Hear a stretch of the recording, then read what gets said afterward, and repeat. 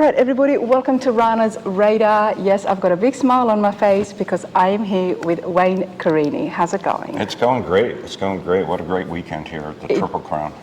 Fabulous weekend. Triple Crown of Rodding. This is your first time. It is, yeah. Bobby Alloway and Gary Case put this on last year, and then they called me and they said, boy, we'd love to have you attend. And they realized and know, because I know them both, that not only am into classic cars, I'm into hot rodding also. That started at a very early age, and I've never looked back. It's never left you? No, I grew up in Glastonbury, Connecticut, and my father was the founder of the Model A Ford Restorers Club of America in 1952, the year after I was born. So I was in the cars. My dad restored classic cars, Duesenbergs, Packards, Model A's.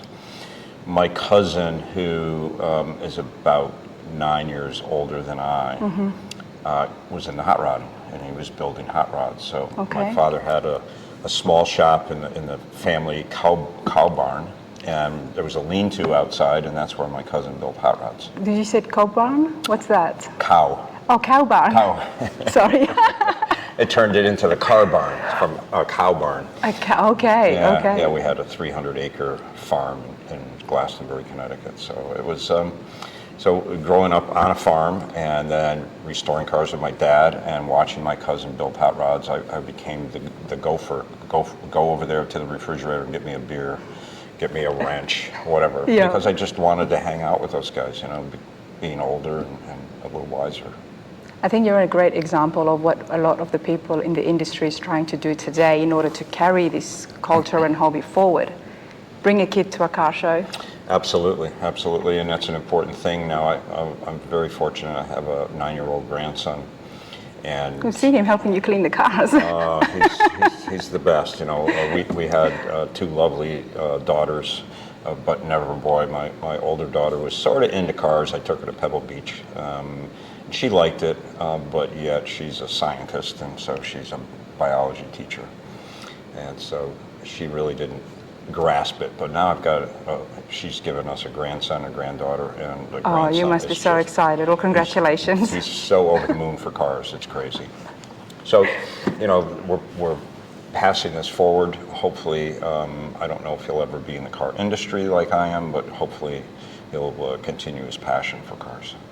Love that. We all love you on Chasing Classic Cars. Thank you. Chasing Classic Cars is one of those shows that I don't watch too much of the shows unless I'm looking to find out how to do something and I'm Googling it. But Chasing Classic Cars, it's not scripted. You say what you like. Everything is very spontaneous, and I think the viewers love that.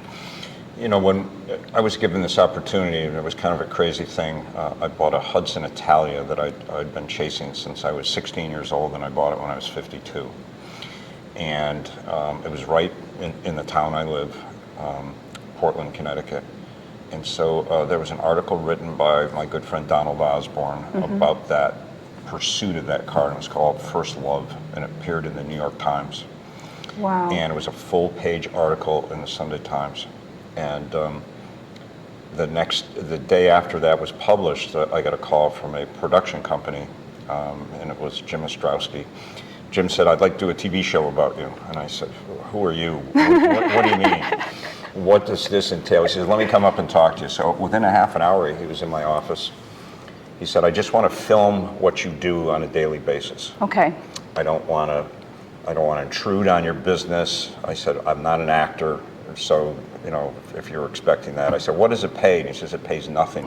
But you never know. Fabulous. You never know what can happen.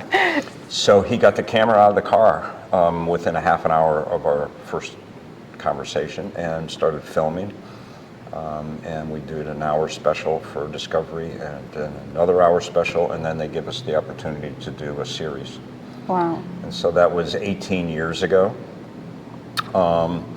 We've done 218 episodes of Chasing Classic Cars. We're finished filming that at the present time, and I'm moving on to do some other fantastic shows and owning my own TV network, Speed Vision, with some partners of mine. So, yeah. Well, we're going to get to that to see what the future holds. Yeah. And I would love to find out more about Speed Vision as well. But before Chasing Classic Cars, What were you doing? Well, when I was growing up, my dad, of course, as I was saying, he restored cars, and so I was his helper. Okay. And when I was about 8 years old, he put a piece of sandpaper in my hand and said, "Go like this." He says, "Okay, you're hired." and it was a 7-day-a-week job because my dad was a workaholic, and if we weren't going to a car show on Sunday, we were working. And every day after school, I would have to ride my bicycle a mile up the street to my father's work and help him.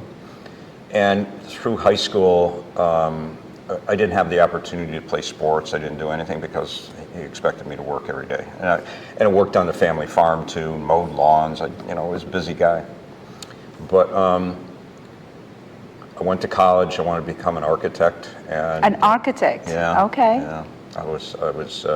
I entered a contest when I was a junior in high school with the Hartford Home Builders Association, and I won that contest for the best designed house. So I was like smitten to be an architect. I would say, of course. And I went to school and found out that it was a 7 to 8 year commitment, and I said, I don't think this is going to work. So I graduated college, art education degree, and couldn't find a good teaching job, and so went back to work for my father. And it's interesting that never looked back. 7 to 8 years seemed a long time to be doing the course, but how long does it take to do restorations? Well, I mean, restoration was already in my blood, and I didn't need an education to do that. I already learned from my dad. Because it was backed up by passion. Yeah. Oh, absolutely. And I think what really got me into it, because my father restored Packards, Duesenbergs, big classic cars, was I got the opportunity to fix a Ferrari. And Ferraris were my passion as a kid. Yep, absolutely. So I do want to find out about how the Ferraris came to be, because you've got a vast collection. And that's one of the other things I love about yourself is the collection just varies. You've got, what is it? There's street rods, coupes, and then there's Corvettes, but Ferraris, and then you've got wagons. What happened was with the Ferraris, I had an opportunity to fix a Daytona Spider that had been in an accident. Okay. And my father didn't want to do it. He said, "That's your project, you do it." And then I got recognized by Luigi Chinetti, who was the United States importer for Ferrari, for the work I did on that particular car. And next thing you know, there was a shop full of Ferraris that we were working on constantly. Okay. So I go from my dream car, being a Ferrari, and my dad would take me down to Luigi Chinetti Motors down in Greenwich, Connecticut, once a month, and I'd look in the windows and I'd see all the Ferraris. To now I'm working on them, I'm driving them, and it took off. I did about 25 years straight of just Ferrari work. Wow. And going to all the different events, Cavallino down in Florida, and then Pebble Beach, and started doing that, showing cars. Did you ever get involved with racing? I got involved with racing, yeah. So I used to race a Mini Cooper. A Mini Cooper, yeah, okay. Yeah, I love Mini Coopers. I had one when I was in high school. But I had to stop racing because the network didn't want me to race and get hurt. And I couldn't film any longer. Because they loved what you were doing, obviously. Yeah. So I'm back into racing though again. So I just bought a couple of new race cars, so I'll get back into it now. But yeah, it was the Ferraris, I think, that's what really my passion. But then I said, there's more to life than just Ferraris. And so I started collecting hot rods, and my problem is that I was always so busy fixing everyone else's car, I never had a chance to build or fix my own. Yeah. And so I changed that passion, and I said, I'm going to buy a hot rod that's already done. Okay. So I went to Steve Mole out in California. Oh, yes. Good friends with Steve, and from going on the California Melee with him. And then amazing coach builder. Yeah, and so I went to his shop just to say hello one day. I was in San Francisco doing business, and I ended up ordering a car over lunch. I said, I'd like to have a car of yours, and he said, well, let's just build you one. So we went back and we designed the car within an hour. What was it? Well, when you're building a hot rod, I think what you have to have is there has to be a story behind it. So what's the theme? So my theme is that an American goes to war, and they go over and they see all these Maseratis and Ferrari racing cars, comes back and doesn't have that amount of money to go and buy one of those cars, so he builds his own out of a Ford. So he used a Ford flathead, a 32 Ford frame, and so we built what's called the Speedway. The Speedway, okay. Yeah. Instead of Speedster, it's called the Speedway, and designed the car, and Steve built it for me within a year, and that started another passion, you know, of collecting more hot rods. And so I think right now I'm up to 8 hot rods at the present time. 8 hot rods, Eight nice. hot rods, and then I've got Galaxy 500s, Starliner, Mustang GT 350. So it started a new passion. Of collections. And then, of course, I've got classic cars too. Yeah. I've got brass and nickel era cars. I've got a 1900 Locomobile steam car. We're going to have to check out the collection one day, everybody, Yeah, and have to bring it and show it on the channel. It's kind of a quiet collection. I don't really let people look at it too often. I do it for charity. So if we get somebody that makes it a charitable I do want donation. to, absolutely. Autism is one of the things you're very passionate about, raising awareness. Yeah, and I've been very lucky to be able to do that with Chasing Classic Cars, is talk about that. Our daughter Kimberly was born, and she's now 36 years old, and she's severely autistic. Okay. And so that got me to start thinking, how can I help this autism community?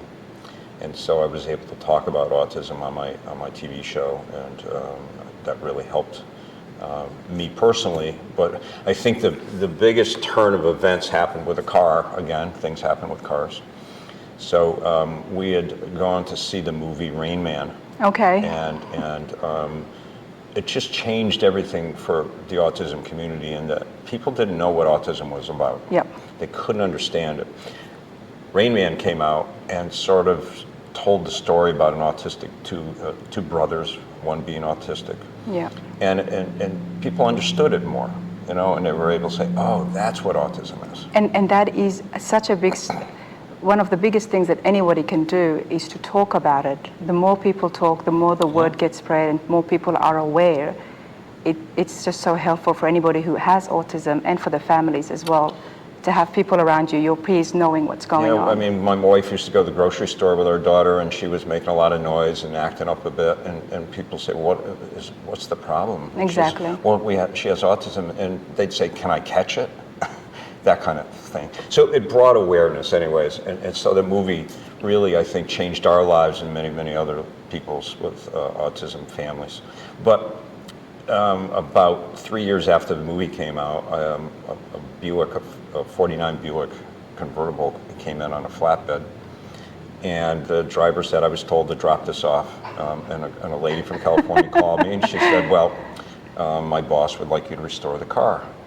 So I called with an estimate, and I said, it's something very strange. I have an autistic daughter. This looks like the Rain Man Buick. And she goes, that's because it is. It is, yeah. It is the car. Wow. And Barry Levinson, who's the director of the movie, bought that car after they used it in the movie, and had me restore it. Wow. And so Barry, after we restored the car, he said, Wayne, I've got no place to keep it right at the moment. Can you store it for me for a couple of months until I figure this out? That's been 13 years ago. It's still with you? It's still with me. And I've tried to buy it from him, but he said, why should you buy it? You have it. So I've worked a deal where I store it for nothing, but yet I'm able to use it to promote autism charity events. Oh, I love that. So we ship it all over the country, and it's just coming back, actually. It's from the Savoy Museum down in Cartersville, Georgia. So it was meant to be. It was, and I'm a big believer in that. Things are meant to be. Absolutely. I was given the opportunity to do this TV show for a reason. I truly believe that. And it's worked so well and changed my life so drastically, and changed my family's life, and all for the better.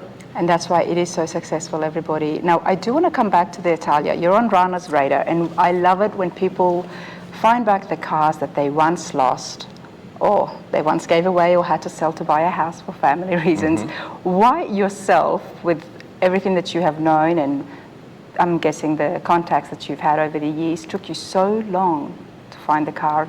Well, what it was my father's, one of the guys that worked for my father worked 2 jobs. So he restored cars during the day, and then he worked at Pratt & Whitney Aircraft at night in the second shift. Okay. And one of his coworkers had this Hudson Italia, and he brought it to our shop once because it had a little scratch in the fender, and I fell in love with it. Now, this is when I was 15 years old, 16 years old, and other guys like Camaros and Mustangs, and I just was passionate about this Hudson Italia. They made 25 of them.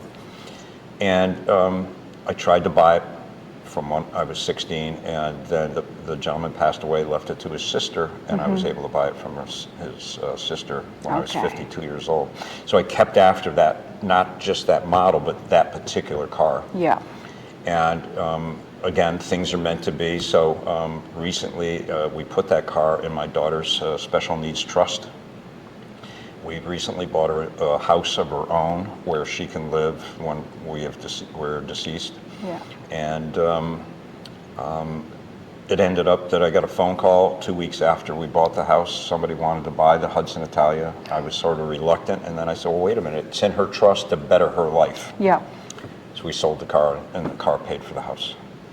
So, I mean, I love that it has so much meaning, and that meaning is going to be carried forward now as well. It's in a museum where we can see it anytime we want. Yep. And the museum is so thrilled to have it. And And I like it when things end up in museums, everybody. I really do, because then that way the story, the history with the car is preserved, right, and it carries on. Your story is now preserved as well with that car. Right.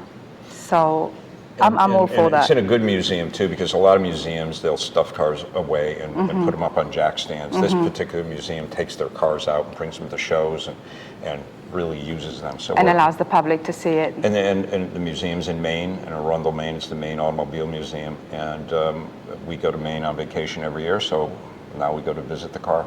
There you go. Yeah, it all works. It really does. It all works. Very lucky. Recently, you were in Tennessee. I mean, we're in Tennessee right now. We're in Nashville, of course. But you were in Lost City, USA. How did you find that? I've been meaning to go, and I will hopefully take you guys along with me as well. So is that the junkyard? The junkyard. Yeah, so that's the junkyard, the graveyard. Yeah, that's in White, Georgia. Okay. Yeah, yeah. And so Dean, that owns Car City, asked me to visit him several times, and I just always too busy when I was going there. I do a lot of work with the Savoy Museum in Cartersville, and White, Georgia is just the next town. So we finally went and brought the cameras along with us, and I'll tell you what, it is such a great time going to see these cars that have just been left.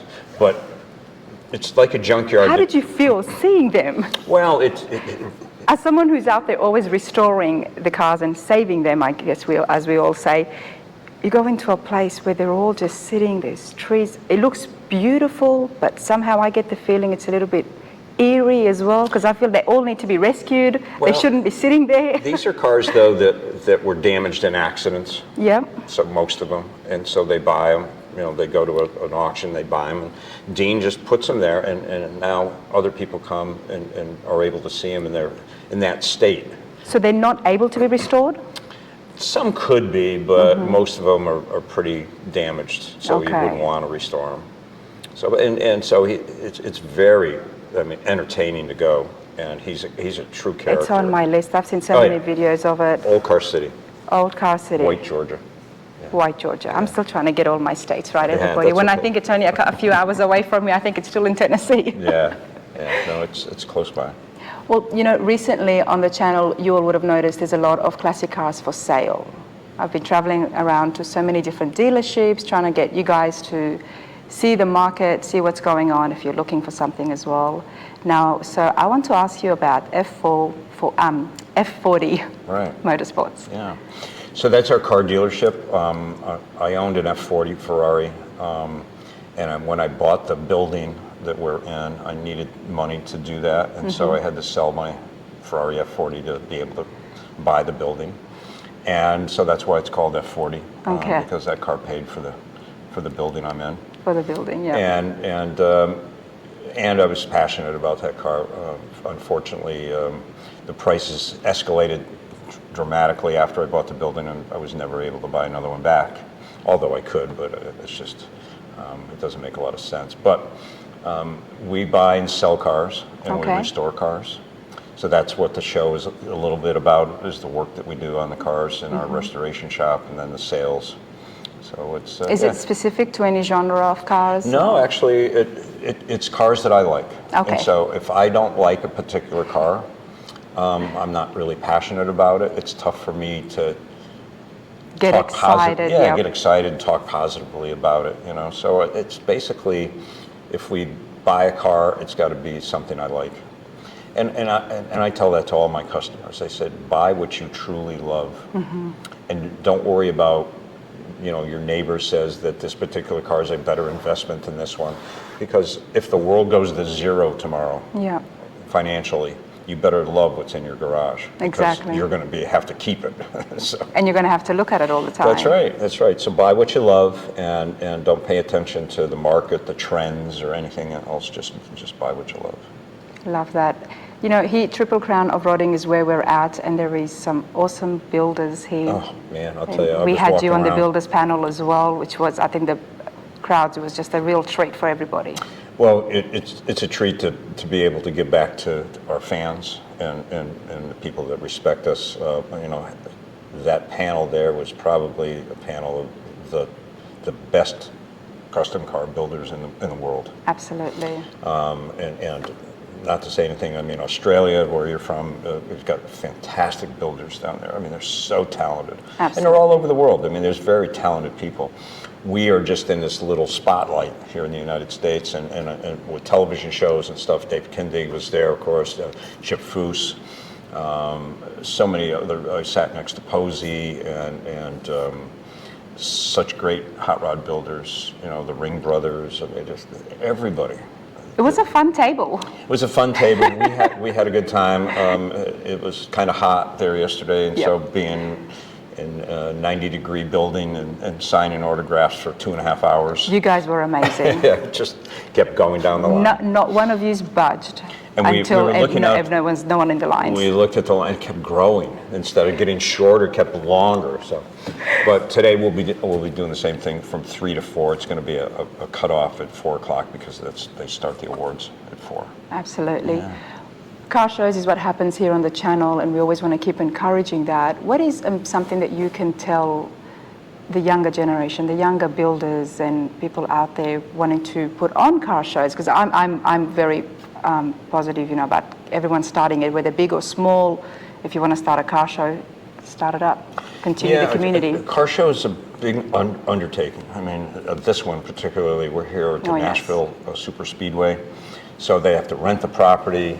They have to pay for the trophies. It costs insurance to insure the place, so if anybody gets hurt. I think insurance is the biggest There's so many aspects of it, but Bobby Alloway and Rick Case, Gary Case, do such a good job. And they've got the contacts. They've been in the business so long, and we respect them. It's sort of, Bobby called and I said, yes, if you'd like to have me there, I'd love to be there for you. Sort of like Bill Warner that ran. I had been bugging him since the beginning of the year if you were coming to the show or not. So Bobby's that way. We respect each other, and that's something too. There's certain aspects of different businesses. So if you're on a sports team, let's say, and the other guy you're playing against them, you become enemies. It's not the way with us. We're all in business. We all love cars. We love our clients and our friends that are in love with cars too. And so there's no animosity. Everybody just loves each other. Absolutely. We respect each other. And I think that really helps, especially in the hot rodding community. It really, it's a really comfortable area to be in, because everybody, like I say, respects each other. Absolutely, and that's what I've been trying to, highlight with the shop tours and going behind the scenes, so you lot at home can get to know the builders a lot more than just seeing the cars at the shows, because now I've gotten to know them, and it's exactly what you just said. There is so much respect. A lot of respect for each other. And it's a great industry for the next generation to get involved in? Yeah, and we're trying to do that. I'm on the board of McPherson College in McPherson, Kansas, where we have a 4-year degree for automotive restoration. And that's an actual bachelor's degree. That is. Which not a lot of trade schools can say. We're trying to work with a community college now down in Georgia to get that program going. So that's what we have to do is not so much train people, but give them the opportunity to flourish. Yeah. It's like being an artist. You can't really train someone to be an artist unless they have that passion and that ability. You can make them better artists than they are, maybe by helping them along. Same thing in this industry. And once you have an idea and you want to build something and make it unusual, maybe a little bit different than somebody else's, that's where it really takes off. Yeah. Absolutely. I mean, it's Wayne Carini, everybody. There is so much more I could ask you, but I'm not going to do that because we do have a show to get to. We do. We do have a show to get to. I've got all my buddies waiting for me. So this trip turned into something very special. I've got 2 great friends that are older guys, and they've helped me along the way building hot rods and doing hot rodding things. And so we got a group together and we brought 6 cars and a bunch of guys. And so this is an opportunity for them to come to a big event like this and be part of it. And so. Did you bring any cars to the show? I did. I brought 2. I brought my 36 Well, we're going to have to check that out, aren't we? And then I brought a 32 base car that was the only car to race in all 7 Pebble Beach Del Monte Forest races. So it's a 32 Ford chassis, but designed to look like a Jaguar SS100. And so it's got great race history back in the 50s. And so it's a hot rod and a race car all in one. Doesn't get better than that. when I paid a lot of money for it at an auction, at a Mecum auction, I came home and I told my wife what we paid for it, and she goes, "Why?" I said, "Well, it's a race car and it's a hot rod, so I got 2 cars for the price of 1." And she goes, "Ugh." You tried. All right, before we wrap it up, so tell me, what are we looking at in the future? What's the next big thing? Well, I want to change up things a little bit. I've been passionate about going to Pebble Beach. I've been to Pebble Beach 47 times. Straight, never missed a year. 40 straight. 40 straight. Yeah, 7 previous to that. And I had to go back this year because of COVID 2020. There wasn't a show, so I had to go back this year to call it 40 straight. I'm not going to go back to Pebble for a couple of years. It takes up a lot of my time in my life preparing to go. It uses up about 3 to 4 months of my life every year. But you're looking at a new network. So we have a new network. So we left Discovery Channel, and Bob Scanlon, that started Velocity Channel, and I and a few other former executives at Discovery started our own network called Speed Vision. Okay. Speed Vision was the first television network to broadcast automobile shows back really? a long time ago. It started off at ESPN. A couple of guys started this project. Fox bought Speed Vision and turned it into Speed. Okay. And then it turned into Fox Sports. Oh, wow, okay. And so, God, I never knew that history. Well, thank you for that. Yeah, and Discovery hired Bob Scanlon, who was the former head of Speed Vision, to come in and start another channel to do with automobiles. And I was part of that Velocity.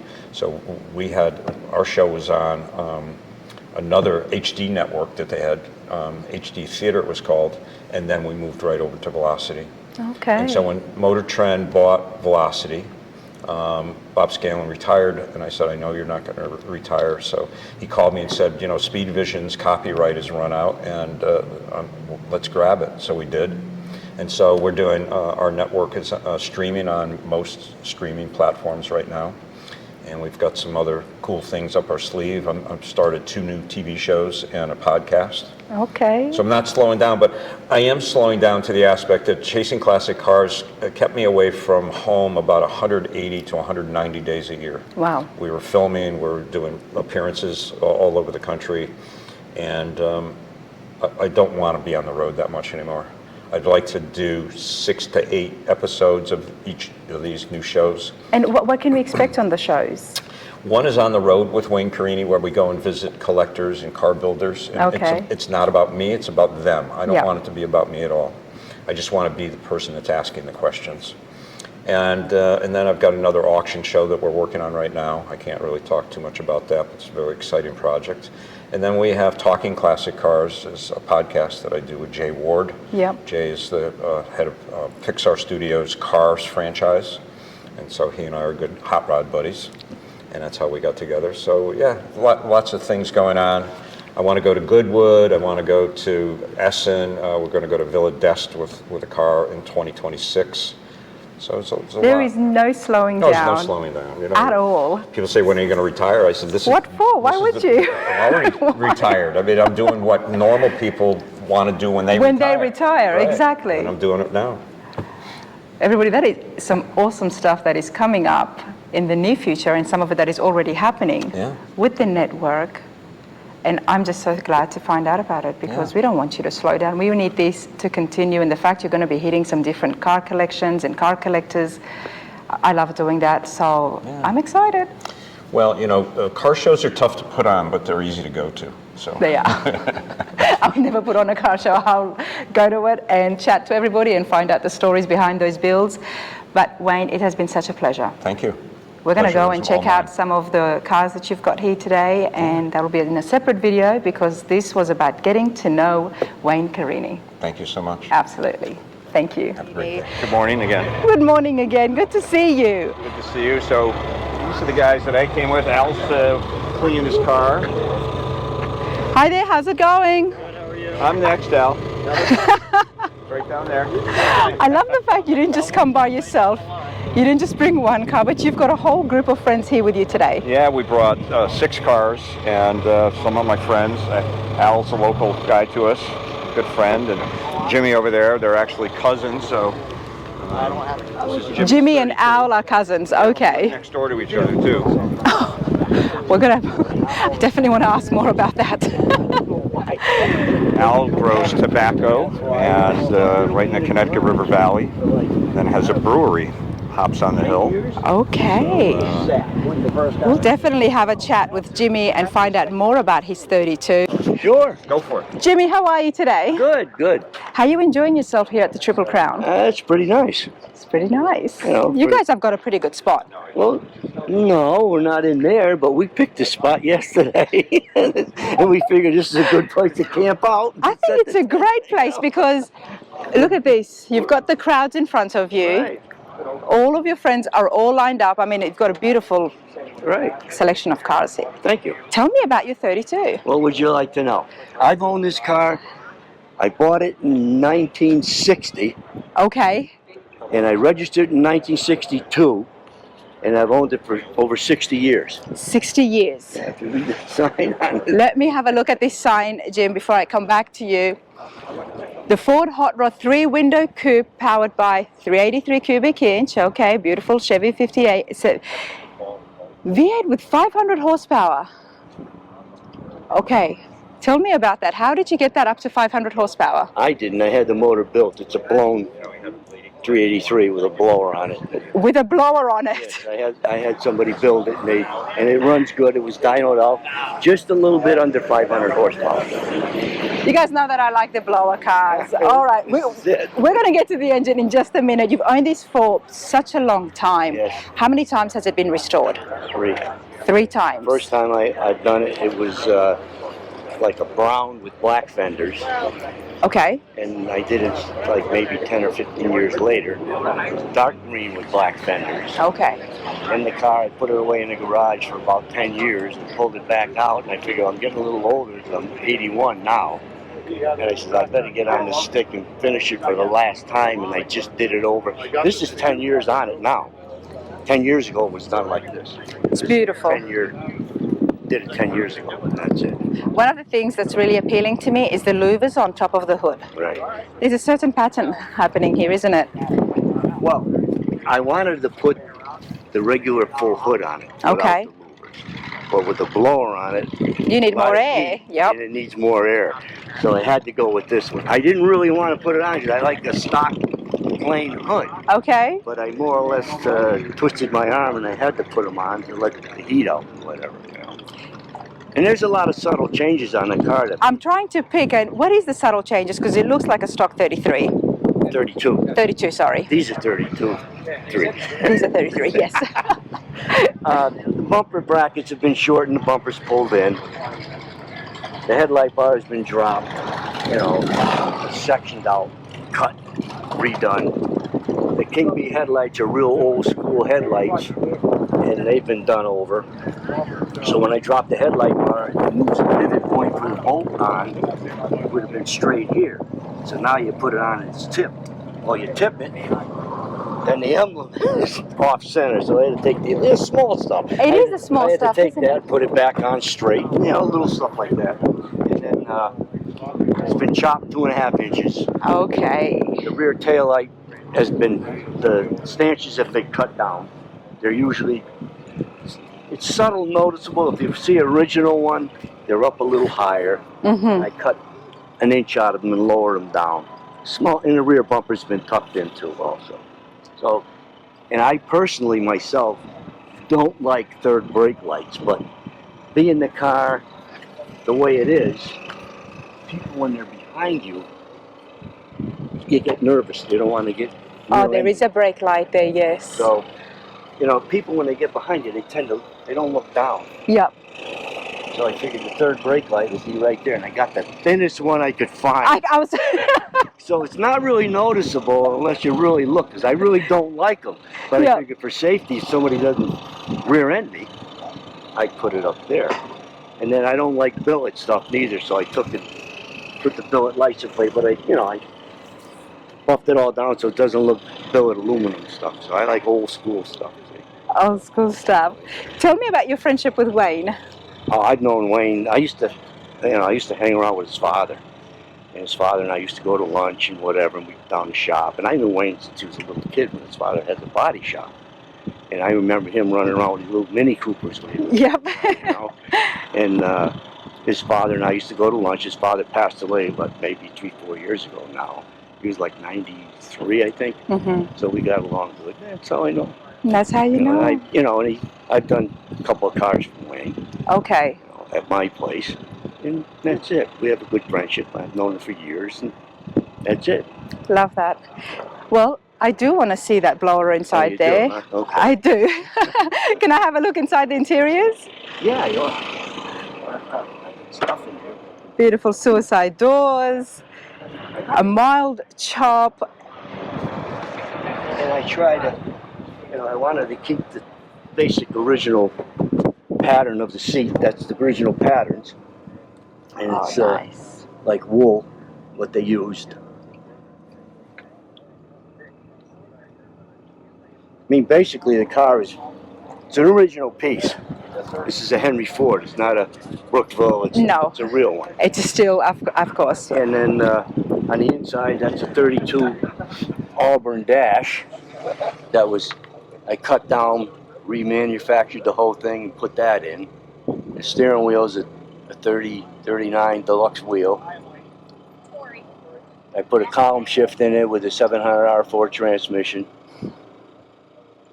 This up here is my automatic shift controller, B&M automatic shift controller.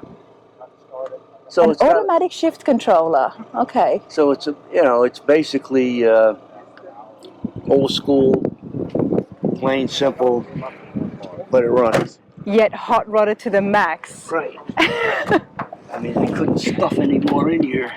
I was gonna put air in it, but I didn't have enough room to put the compressor and stuff. That's that. So we've got a small blower. He's at the 671? That's 4. 4? Yeah. I haven't seen the 4s before. Yeah, Okay. It's a little one. They make a small one. They make a 3. A little smaller than that. What would they use that for? Just even small cars like this, I guess? Diesel, small 3-cylinder diesel motor. That's where most of these blowers came off of, diesel trucks.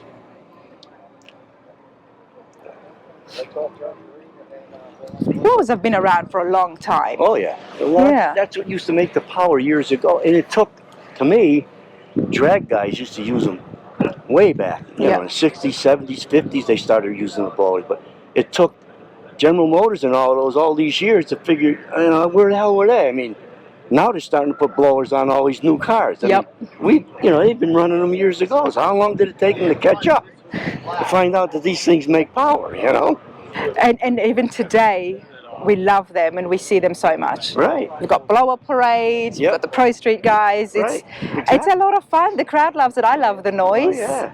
Oh yeah. This thing goes down the road like a rocket ship if I want it, but I don't really push it, you know.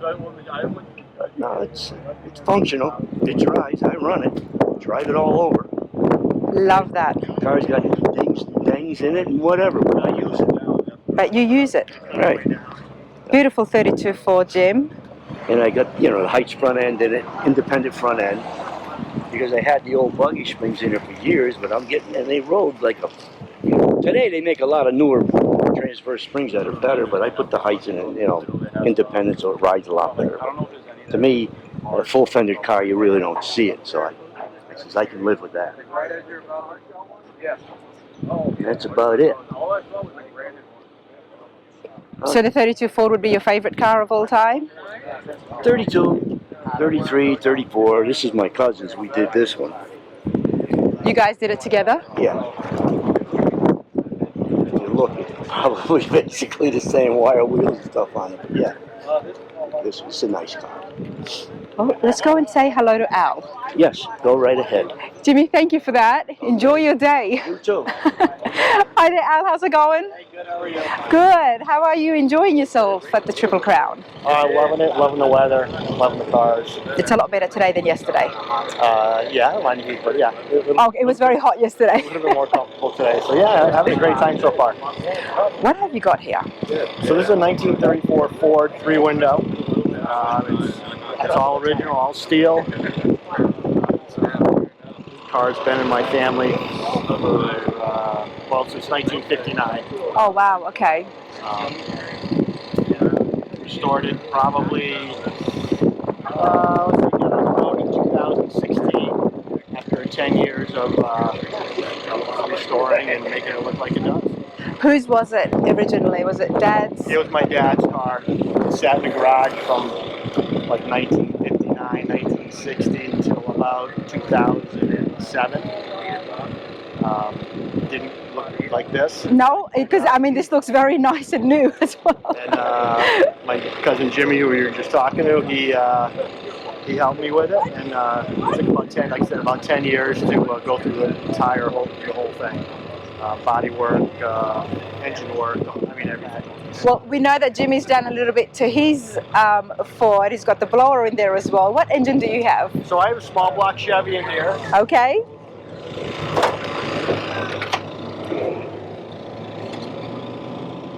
Small block Chevy, dual 4 barrels.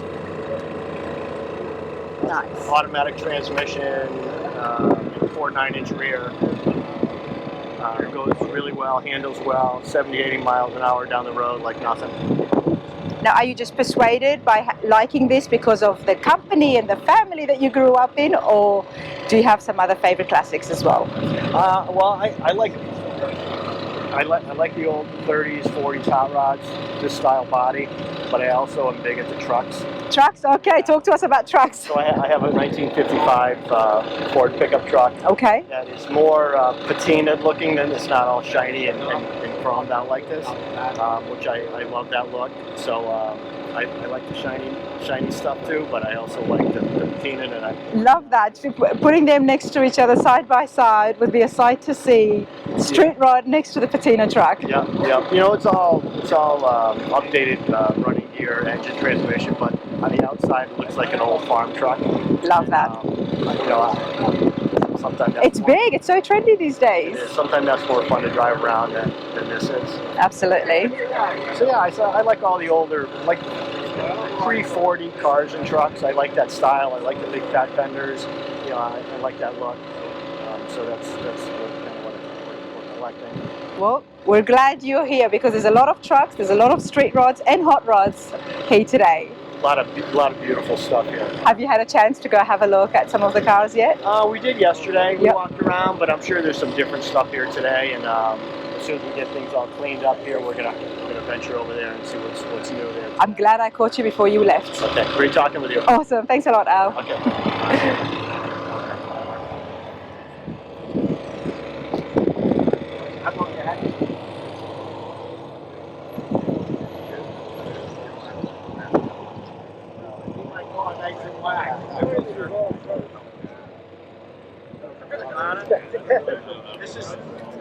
is Danny.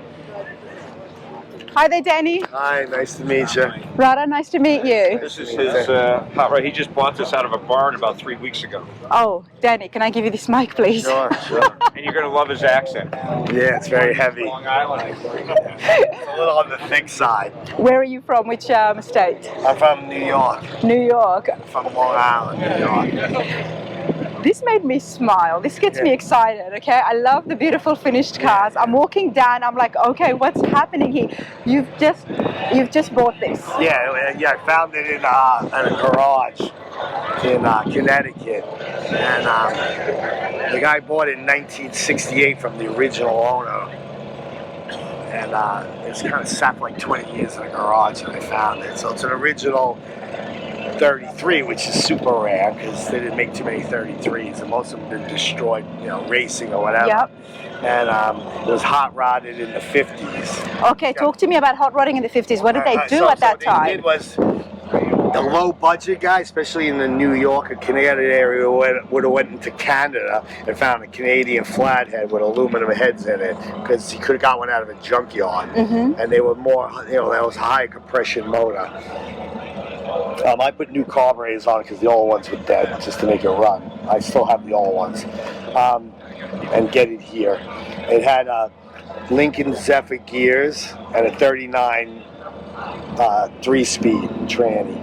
And it also has juice brakes. So they would originally had mechanical brakes, so someone put Lincoln juice brakes in it. And they would have done all of this in the 50s? Yeah, they were doing this in the 50s. And then it has a Ford F100 steering box, which was a better steering box. Okay. So those are the little things they would have did back in the day in the 50s to make the car faster. And, you know, more reliable and a little more of a hot rod. And then big and small wheels. So the big and small wheels was even evident at that time? Yeah, exactly. Okay. They would have did that, and they would have did a 4-inch drop axle, which drops the nose down, this down forward, and screwed around with the leaf springs in the rear to lower it. Usually like a reverse island thing, and they would get, so they get hunkered down so it looked good and drove good, handled good. But now, Danny, you found this in a garage. Were you looking for a 33? No, a friend of mine was looking for, knew someone who was selling flathead parts, and while he was there buying the parts, he asked the guy if he wanted to sell it. And there you then go. He called me up and said, Dan, you want to buy it? And I said, yeah, because my friend's younger or whatever. He didn't have the money at the time. So I went down there and I bought it from the guy. So it's never been restored, it's been hot rodded? Yeah, it was painted. But the body-wise? No, it's all original. It was painted once back, some kind of lack of paint job, I'd say in the 50s. It was never driven in the rain, supposedly, and you could kind of tell because the headliner inside's all original and the interior is mostly original, except for maybe the kick panels and the tray, back of the tray. It's also very rare because it has a radio, and it was a deluxe. A 33 with a radio? Yeah. Is that the hot rodding phase, or it actually came with a radio? It came with a radio, but it was a high dollar option. I don't know how much it was, but it was prohibitively expensive for back in the day, so nobody ordered it. It has the blind in the back too. See the little blind? It's got the pull-down blind. Don't hate me, but I didn't even think radios existed in 1933. They probably had one station. It was like, all fuzzy and all that. You know? I thought it might have been just the emergency broadcast, you know, if something was happening to let people know. But that is cool, a 33 with an actual radio. So where is the radio? Do you mind if I have a look? Yeah, sure. You want me to open the other side? Yes. That makes it easier. And then you even see the old stickers like he has. Connecticut, state of Connecticut inspection, 1968. I think that's the first year he bought it from the original owner. Wow.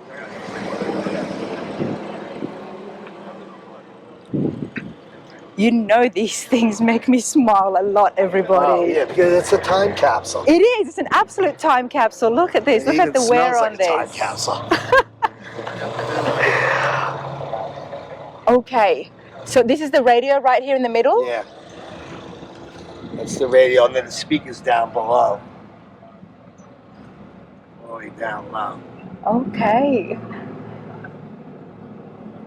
This is cool. Yeah, it's very cool. Well, I know this is, I mean, you've just got this, and congratulations. I'm so happy for you. What is your plans? I don't know. I like to drive my cars a lot. and I'm more of a custom guy. I do love hot rods. But Okay. I love customs. I don't know. I just bought it because I couldn't let pass by. So No. I haven't really had time to think about it. Yep. But you drove it here? I mean, that got you here? yeah, somewhat. Well, the trailer. But I usually don't, like, I drive from New York to Texas. I drive thousands of miles. I didn't expect you to drive from New York all the way here to Tennessee. Yeah, well, I would, but not in this car. Yes, not in this car. And, so I don't know what I'm going to do with it. To be honest with you. Well, that's something for you to think about, isn't it? It's exciting nonetheless. It's exciting. It's very cool. And all steel 33. Oh, yeah, it's very exciting. It definitely has to be preserved and left the way it is. Wow. But it's very cool. So how do you know Wayne? So I met Wayne. I had a Posey car. Okay. And I redid it all, but I was invited to Amelia Island. And at the end, I made like a soul fly car, very traditional hot rod. And it was a beautiful car, but it was done like in the 80s. It was kind of outdated, and I redid it all. And at the end of the Amelia Island, Wayne walks up to me, and he loves hot rods. Of course. There's only 6 hot rods in the whole show because it's all, foo-foo, cars, nice, beautiful cars. What was the word you just said? Foo-foo cars. Foo-foo. Foo-foo cars. No, I'm a hot rod. I'm sorry. I got to call it what it is. Foo-foo cars. Yeah, right? So, no offense. Oh, no, we love it. Go on. I'm just not a foo-foo guy. I just like that word. Okay. So, with that, Wayne starts talking to me, and then we talked for like an hour, and then we just became friends. And then he said, we're doing a hot rod show in Connecticut, Greenwich, Connecticut. He goes, bring your Roadster up. He goes, 32 Roadster, and show it at our show. And now all these Concord shows are starting to show hot rods and customs. It's becoming part of it. So then I went up there, and next to me was Jimmy and Al, who you interviewed before me. And they were sitting on little chairs like this, drinking beers.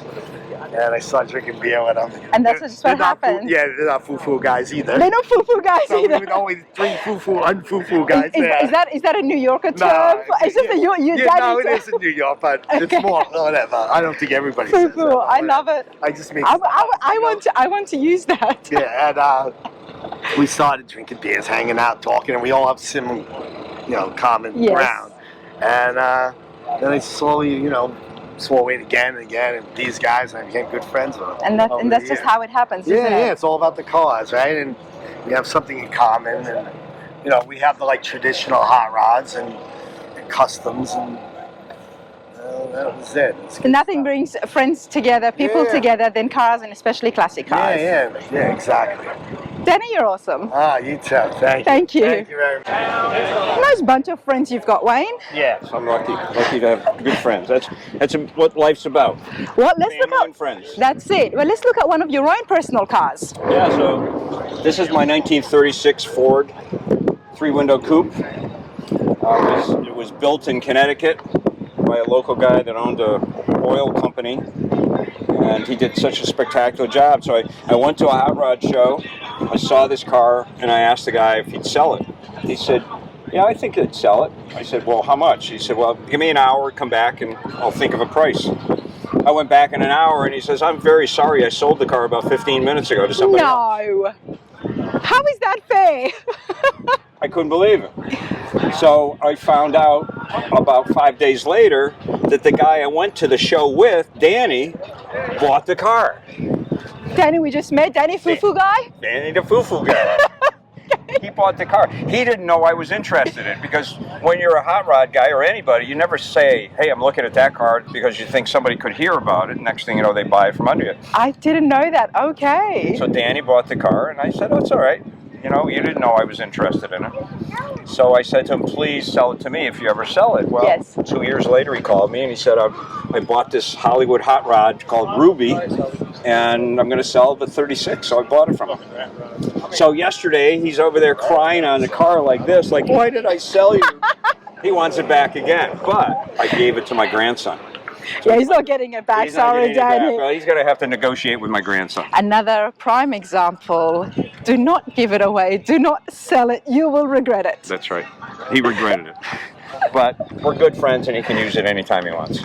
Wow. Okay. Now, some modifications that's happened So it here. has a 283 little small block Chevy in it, which is a very unusual engine. People usually go with a 327 or a 350, but it's got a nice 283. It's got a 5-speed transmission, and at about 80 miles an hour in 5th gear, it's tacking at about 2,800 RPM. So it's just a beautiful Nice. cruising car. Absolutely. The No, I suspension's like the all grid dropped. color. There's no airbags in this car. It's just they dropped the suspension, and just it's the stance of the car for me. It's just the way the tires are tucked up and the color. That's the two things that I really I grab like my the color. attention. What do you call this? I mean, I don't know what color it is actually, but I've made it, and so what I call it Carini. Carini, not greeny, but Carini, but with the G. Right. Carini, I like it. It's Carini green. So we're painting another car of mine right now, the same color. It's an Arnold Bristol Roadster. So we're going to be painting it that color. You know, Wayne, yesterday we had a chat, and you guys will see the interview as well, with Keith Hill, and he's 33, the Carhartt. And the color of that is so unique, and he was telling me about how the Carhartt factory and the clothes and stuff, sometimes when you see these colors, you look at them as a small blob or a dollop, and you think that that's not a very pretty color. Right. But somehow you put it on a hot rod or a street rod, and there's so much more of that color right there in front of you, but you start to like it. What we do is when we develop colors, we'll paint whole fenders of a car, because that's the way you really get to look at it. You can't look at it in a little sheet, a spray out we call. That's a good indication of what the color's going to look like. But you paint a fender and you see it in the curve. So if you look at this is this color, but it gets darker as it goes back because of the shadows. Yeah. So these are the things. How does it look on a shape instead of just a flat surface? Well, that's a tip right there for people, newbies, and even other people working on projects.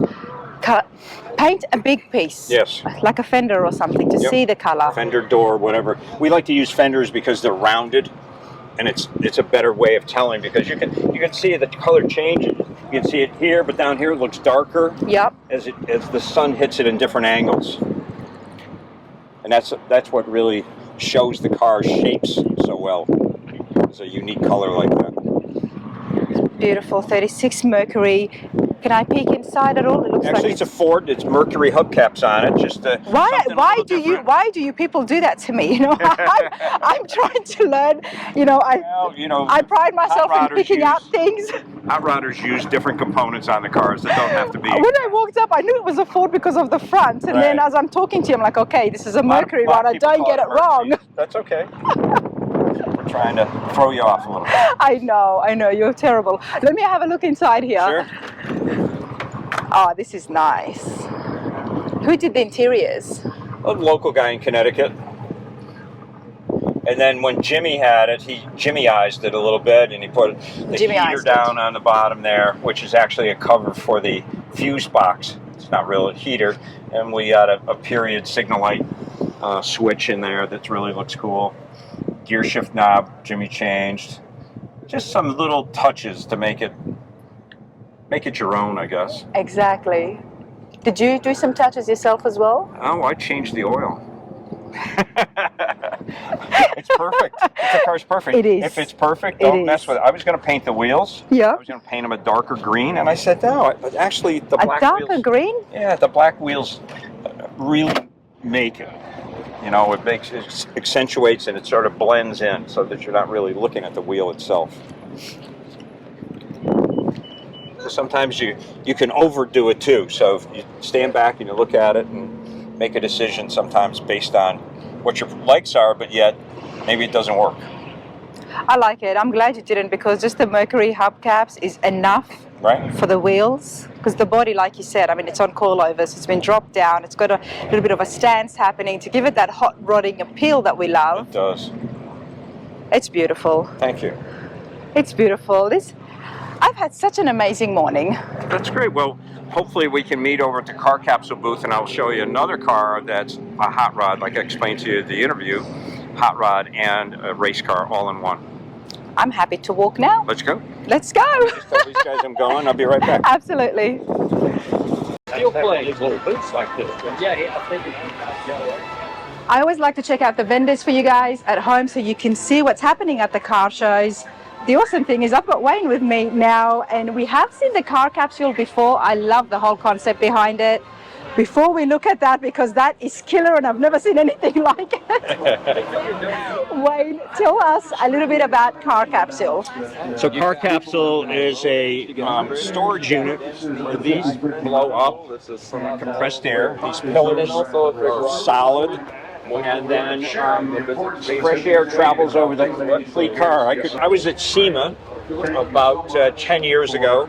I was doing an interview, and over the interviewer's shoulder, I saw these. So when the interview was over, I came over and I talked to Phil. He explained what it was, and I just fell in love with the product. And since then, I've been representing the product for Phil in Car Capsule. Because of These the are fact the that, greatest ways of storing your car. especially someone who keeps collecting these cars, you can't keep upgrading the house. No, well, It's a great solution. Well, I mean, in your garage, you have all sorts of problems can happen in your garage. So let's say you park this car in the garage, and now it gets dusty because it's there. You put a car cover over it, and what it does is the moisture from the garage floor comes up, and it gets trapped in that underneath that car cover, which creates mold and mildew in the car. Rodents are in your garages, and they can get up in and eat the wires and chew up the fabrics. This is all totally sealed, so there's no way of moisture getting up through this floor. You enclose this, and then there's filtered air comes in. Let's see if we can get Phil. Talk to us, Phil. I love the whole solution and the fact that everything is just encapsulated. Yeah, so this is our showcase. We've been building them for years. This happens to be our carbon fiber edition. So it comes with the light kit and the battery backup system. But the biggest thing we do is no condensation. Because when you got here, this thing was fully pressurized. And we're going to change that air inside about 5 times minimum per hour. By doing that, we never allow the dew point or condensation. Like this morning, we had all that rain. These were completely dry. Wow. And so there's a filter on the outside as well to keep out the dirt and dust. But the beauty is when you open this up, it doesn't collapse because these tubes are filled with air. It won't go down in a power loss or when you open up the door. And then when you put that car away in a black car, look at that, no dirt, no dust. There ain't one car here at the whole event that can say that. That's the beauty of it. Absolutely. And you get to see it. You know, a lot of car covers really trap dirt, and trap debris, and moisture wicking up from the ground. This is 360 protection, top, bottom, and side. The way you put it away is the way you take it out. And there is obviously electricity. It's got power outlet because it's got a filter, and there's lights as well. Correct. Is it only for indoor use? These clear ones are for indoors. Okay. Now, folks in warm weather climates, like Florida, for instance, they'll use our clear one outside, but underneath the carport or in a parking garage. They can get away with it because it's out of direct. It's like this tent over it, you know, it's a shelter there. But we make complete outdoor ones. You make complete outdoor ones. The outdoor ones are rated at 30 below zero, cold crack tested, deposit of 158. Okay. And they're built to survive. These are 8-inch tubes. You saw how hard I pressed on it. The outdoor's a 12-inch tube. I can't even do that to it. Can't even do that. Well, we love it. Carcapsule.com is where people can find more information. Would you have showrooms? With the SS100 Jag. Do you have like a shop front? I copy. A shop front or a showroom? We have a big warehouse. Okay, but it's all you can order it online. You order it online and we ship. We ship anywhere in the world. Love that. And I've seen you guys before at the Rod Run in Pigeon Forge. Oh, okay, that's right. Yeah. We'll be there next week. Oh, you'll be there next week. I'll be sure to try and stop by and say hi. Car shows is one of the awesome places where you can see these vendors that sell such great quality products all online. Come to a show, see it up close for yourself. Yeah, you want to see it, touch it, and feel that air. People don't realize how much air is moving inside. Exactly. Love that, Phil. But we're going to get Wayne to bring out it's not the Speedster. Or what did you call it? No, the other car is the Speedway. The Speedway. So this is the Lewis Special. The Lewis Special. Yep, only one built. Are you going to bring it out here and drive it out, or are we going to? I think we're just going to leave it in here so people can see how it's stored. But I wanted to make sure we had that so people could understand what it is. Okay. Well, tell us, please. Thank you so much, Phil. Thank you. All right, Wayne. What have you got here? So this is a 1932 Ford. It started at. In 1947, this was built. by a Dr. Lewis, and Dr. Lewis built this car to replicate an SS100 Jaguar. Okay. So this car has Orban hood and fenders, a cord grille. It's a 33 Ford body on 32 frame. Wow. It's got a flathead Ford engine in it, and it was built to be a race car, and it would race in all 7 Pebble Beach Del Monte Forest races. The only car to do that. Never finished very well, sort of towards the back of the pack, but it was a competitive car. Raced at Golden Gate Park, a lot of the Northwest racetracks, and I found it out at Pebble Beach at the Mecum auction about 12 years ago and fell in love with the car and bought it. I love there is so many elements of the vintage hot rods that we love. So like the front air end, intake. the air tag, but even the front hood here, it's got such a long front end, and of course, built for racing, I can understand that. At first, I thought it might have been a custom Orban for some reason. Yeah, well, it's got a cord grille. It sort of looks that way. Okay, talk to me about the engine. So it's a flathead Ford engine, and it's got 2 97 Stronger carburetors on it. Puts out about 100 horsepower. Like I say, it wasn't very competitive, but yet it did all the races. Here's a. You'd never imagine something like this racing. I mean, look at the condition it's in. I know. So there's a picture of it. This was at Pebble Beach Del Monte Forest race. It's number 8C. So it was a competitive car, but it is documented to be the only car that raced in all 7 of the races. We have an Allard down here. Yeah. Yeah. Jaguar C-Type. C-Type Jaguar, yeah. Yeah. Another one there, and then the Allard over there. So this is these were quite an Oscar there. This is an MG Special. And all the top drivers, Phil Hill won the inaugural race in a Jag 120. And that's how Pebble Beach actually came to be, because they had a lot of really unusual cars parked for the race and said, well, why don't we have a car show? So it was basically all modern cars, Delahaye's, Talbalagos, all European cars. And they parked them on the lawn at Pebble Beach just to have a little car show after the race was over. Wow. So Phil Hill actually won the race, drove the car that he raced onto the show field, and won the Concours with the same car. After the race. In his driving racing suit. Okay. That was the inaugural one. Wow, and that makes sense, because something that's so beautiful, yet it did race and it performed well. It did very well. So it's in our permanent collection. Actually, this is another car that's in my grandson's trust. No wonder he's shining all those cars for you every day. He doesn't even know it yet. Oh, he doesn't know it yet. No. He's 9 years old next week, and he's getting a go-kart next week. So we're on a racing platform with him. Wayne, you've restored this, obviously. No, I bought it just like this. This was a beautiful restoration that was performed in California. Do you remember by who? Yeah, there was a gentleman actually in Northern California. I can't remember his name right off the top of my head, but very well known. Did a great job. I mean, and I love the black. It's just so different. Yeah, it's a stunning car. Look at these brakes. Yeah. So that's the air. The screens are so the air could get in and cool the brakes for the race car. These are finned drums so that it would dissipate the heat. And back in those days, they relied a lot on that, wasn't it? About keeping the engine as cool as possible, getting as much air in. And there was no fuel injection, obviously. Because the brakes aren't what we have today. Modern brakes are just so well ventilated and they work so well. These were drum brakes with shoes inside, and they overheated. And if you overheated the brakes, then it boiled the brake fluid, and you lost your brakes totally. So brakes were a big component. That didn't come from the factory. People had to put that on. That's right. Especially if they were planning to race it. Right. I mean, one of the things that we saw recently at the Tri-5 Nationals, everybody, was the airbox.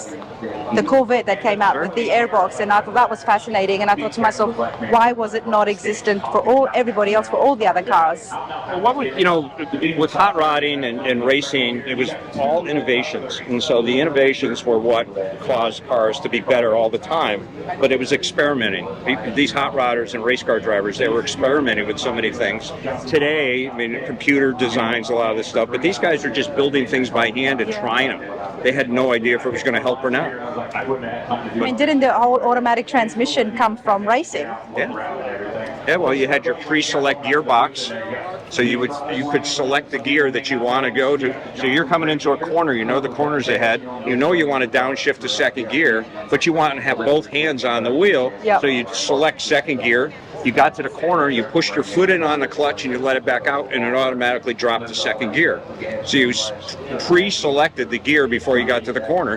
That way there you had both hands on the wheel. 26, what year was that? 26, 23? That was over in Europe, and that was... It was in Europe? Yeah. I'm trying to remember it. It was in the early 30s. It was early 30s, okay. You being here and talking with me. Absolutely, it's been a lot of fun. Yeah.